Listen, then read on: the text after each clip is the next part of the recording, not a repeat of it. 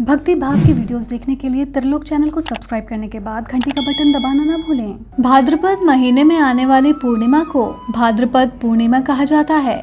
हिंदू धर्म में भाद्रपद पूर्णिमा का एक विशेष महत्व होता है। इस दिन भगवान विष्णु के सत्यनारायण रूप की पूजा की जाती है। सत्यनारायण का व्रत रखा जाता है। मान्यता है कि भाद्रपद पूर्णिमा का व्रत बहुत ही ज्यादा फलदायी होता है। इस दिन सत्यनारायण की विधि विधान पूर्वक पूजा अर्चना करने और व्रत रखने से जीवन की सभी समस्याओं और दुखों से छुटकारा मिल जाता है। इसके अलावा जीवन में आ रही किसी भी तरह की आर्थिक परेशानियों से भी मुक्ति मिल जाती है। भगवान सत्यनारायण अपने भक्तों की सभी मनोकामनाएं पूर्ण करते हैं। मान्यता है कि ये व्रत रखने से अविवाहित कन्या और युवकों का विवाह शीघ्र हो जाता है। इसके साथ ही पूर्णिमा के दिन उमा माहेश्वर व्रत भी रखा जाता है। इसमें महादेव और माता पार्वती की पूजा अर्चना की जाती है। इस साल भाद्रपद पूर्णिमा बुधवार 2 सितंबर को है।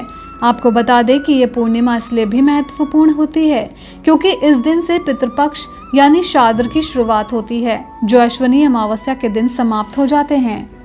आज की इस वीडियो में हम आपको भाद्रपद पूर्णिमा व्रत के शुभ मुहूर्त, पूजा विधि और कथा के बारे में बताएंगे। यदि आप भी भगवान श्री हरि विष्णु का विशेष आशीर्वाद पाना चाहते हैं तो 2 सितंबर को भाद्रपद पूर्णिमा का व्रत अवश्य रखें। भगवान विष्णु के सत्यनारायण रूप की पूजा अर्चना विधि विधान पूर्वक करें। ऐसा करने से भगवान सत्यनारायण आपकी सभी इच्छाएं अवश्य पूर्ण करते हैं। भाद्रपद पूर्णिमा व्रत की पूजा विधि। धार्मिक मान्यताओं के अनुसार भाद्रपद पूर्णिमा के दिन भगवान सत्यनारायण की पूजा करने और व्रत रखने से जीवन के सभी कष्ट दूर होते हैं और सुख समृद्धि आती है।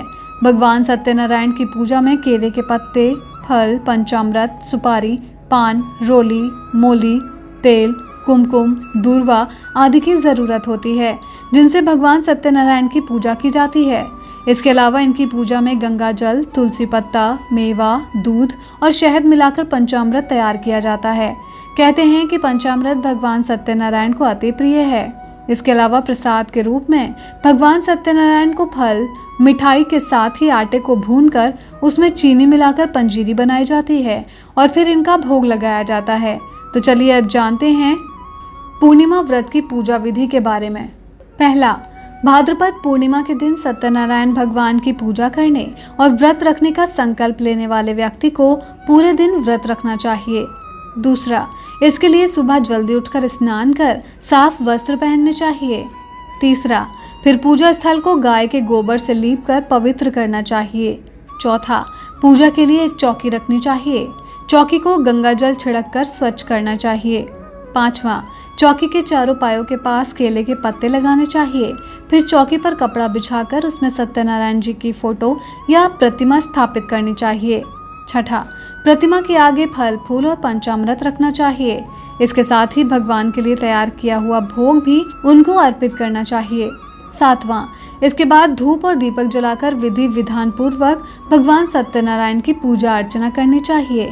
आठवां, भगवान सत्यनारायण की कथा पढ़नी या सुननी चाहिए। इसके बाद उनकी आरती करनी चाहिए। नौवां, फिर भगवान सत्यनारायण को पंचामृत और प्रसाद का भोग लगाना चाहिए। इसके बाद घर के सभी सदस्यों को पंचामृत और प्रसाद देना चाहिए। 10वां, भाद्रपद पूर्णिमा के दिन किसी जरूरतमंद व्यक्ति या ब्राह्मण को भोजन कराना चाहिए या श्रद्धानुसार दान दक्षिणा अवश्य देनी चाहिए। श्री सत्यनारायण व्रत कथा। पौराणिक कथा के अनुसार एक बार नारद मुनि ने भगवान श्री हरि विष्णु से पूछा कि हे प्रभु, इस मृत्युलोक में हर मनुष्य दुखी रहता है, क्या इसका कोई उपाय नहीं है जिससे सभी मनुष्यों के दुख दूर हो जाएं? तब भगवान विष्णु ने नारद जी से कहा कि न केवल मृत्युलोक में बल्कि स्वर्गलोक में भी ऐसा व्रत है जिससे सभी प्रकार के कष्ट और समस्याएं दूर हो जाती हैं। नारद मुनि ने श्री हरि विष्णु से इस व्रत के बारे में बताने को कहा, जिस पर भगवान नारायण ने नारद मुनि को बताया कि जो भी मनुष्य या देवता श्री सत्यनारायण का व्रत विधि विधान के साथ करता है उसे जीवन में सुख की प्राप्ति होती है और उसके जीवन के सभी कष्ट दूर हो जाते हैं। जो भी सत्यनारायण व्रत का अच्छे से पालन करता है उसे जीवन के सभी लौकिक सुख समृद्धि प्राप्त होते हैं। उसके जीवन में आर्थिक समस्याएं कभी नहीं आती और घर परिवार में खुशी का माहौल बना रहता है। फिर नारद मुनि ने मनुष्य को इस व्रत के बारे में बताया और तभी से मृत्युलोक में भी सत्यनारायण भगवान के व्रत करने का विधान शुरू हुआ।